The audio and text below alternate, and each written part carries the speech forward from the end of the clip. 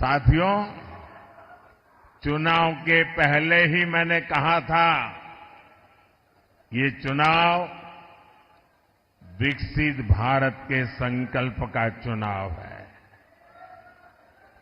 लेकिन जैसे ही कांग्रेस पार्टी और उसके दोस्तों को ये एहसास हुआ कि वो विकास के ट्रैक रिकॉर्ड में एनडीए की बराबरी नहीं कर सकते, उन्होंने अपनी रणनीति बदल दी। इसलिए इंडिया अलायंस वालों ने खुलकर देश विरोधी एजेंडा और तुष्टीकरण के हथकंडों का इस्तेमाल करना शुरू कर दिया है। अब कांग्रेस का एजेंडा है कि वो सरकार में आने के बाद कश्मीर में आर्टिकल 370 वापस ले आएंगे। क्या आप ऐसा करने देंगे?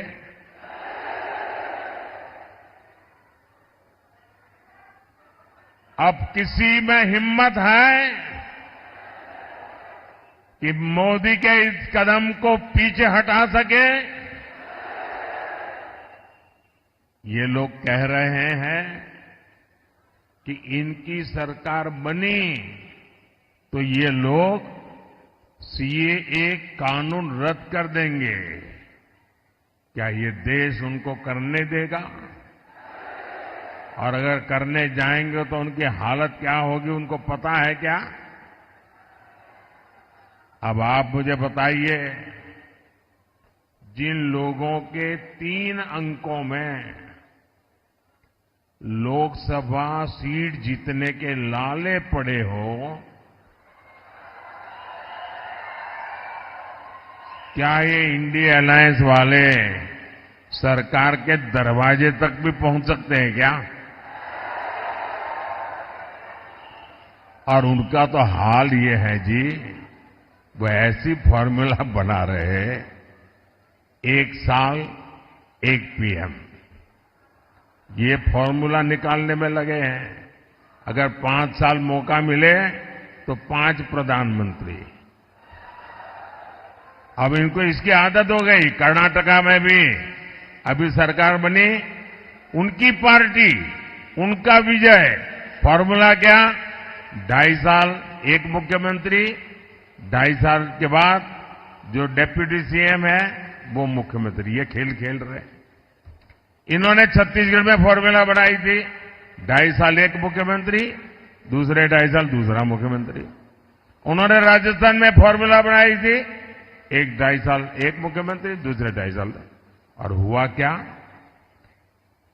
ये फॉर्मूला निकालने वाले लोग 5 साल में 5 प्रधानमंत्री देश पर थोपने के सपने देखने वालों को ये देश कभी भी सहन करने वाला नहीं है। और इसलिए ये लोग देश पर गुस्सा उतार रहे हैं। कर्नाटका और तमिलनाडु में कांग्रेस और इंडिया अलायंस के लोग क्या भाषण कर रहे हैं? दक्षिण भारत को तोड़कर अलग देश बनाने की मांग कर रहे हैं। आप मुझे बताइए, अहद पेशावर, अहद पेशावर तहत तंजावर,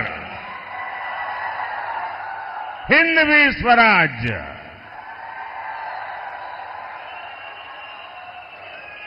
ये घोषणा जिस धरती पर हुई, छत्रपति शिवाजी महाराज की धरती,